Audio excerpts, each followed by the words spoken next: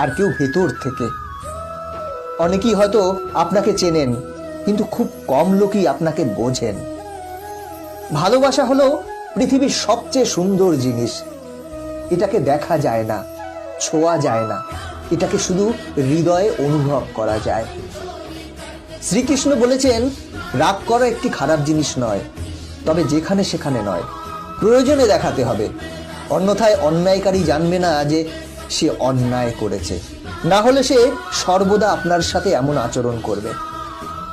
জীবনে কখনোই কোনো দক্ষতা নিয়ে গর্ব করা উচিত নয়, কারণ যখন একটি পাথর জলে পড়ে যায় তখন তার নিজের ওজনের কারণেই ডুবে যায়।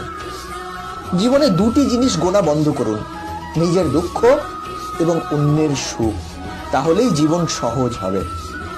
পরিবর্তন হচ্ছে প্রকৃতির নিয়ম, তাই হারানোর শোক না করে যা আছে তা